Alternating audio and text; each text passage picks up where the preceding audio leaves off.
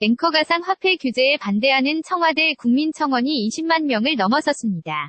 이 문제에 대해 말을 아껴온 문재인 대통령은 부처 간 혼선은 바람직하지 않다고 지적했고, 김동연 경제부총리는 부처 협의를 거쳐 가급적 빨리 종합대책을 발표하겠다고 약속했습니다.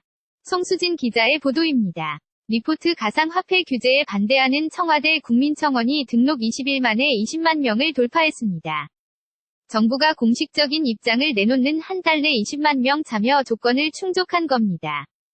청원자들은 타당하지 않은 규제로 경제가 쇠퇴해선 안 된다며 거래소 폐지 반대 입장 등을 올렸습니다. 청와대는 6번째 청원인 전기용품 안전관리법 폐지 청원에 답변하고 가상화폐 규제 반대 청원에도 답할 예정입니다. 가상화폐 관련해 말을 아끼던 문재인 대통령도 대책을 둘러싼 최근 정부 부처 간 혼선 양상을 지적했습니다. 부처 간 협의 전에 각 부처의 입장이 먼저 공개돼 엇박자로 비치는 것은 바람직하지 않다는 겁니다. 박수현 청와대 대변인보다 긴밀한 부처 간 협조와 정책 결정 과정의 면밀한 관리를 당부하였습니다. 정부는 가상화폐에 대한 규제 입장을 분명히 했습니다.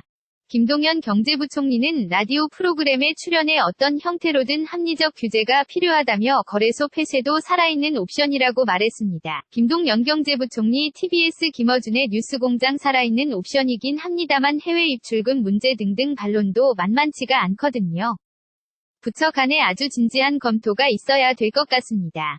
김 부총리는 과세나 실명제 등 구체적 방안을 논의 중이라며 조속한 시일 내에 종합대책을 발표하겠다고 말했습니다. KBS 뉴스 송수진입니다. 앵커 가상화폐 규제에 반대하는 청와대 국민청원이 20만 명을 넘어섰습니다. 이 문제에 대해 말을 아껴온 문재인 대통령은 부처 간 혼선은 바람직하지 않다고 지적했고, 김동연 경제부총리는 부처 협의를 거쳐 가급적 빨리 종합대책을 발표하겠다고 약속했습니다. 송수진 기자의 보도입니다. 리포트 가상화폐 규제에 반대하는 청와대 국민청원이 등록 20일 만에 20만 명을 돌파했습니다. 정부가 공식적인 입장을 내놓는 한 달 내 20만 명 참여 조건을 충족한 겁니다. 청원자들은 타당하지 않은 규제로 경제가 쇠퇴해선 안 된다며 거래소 폐지 반대 입장 등을 올렸습니다.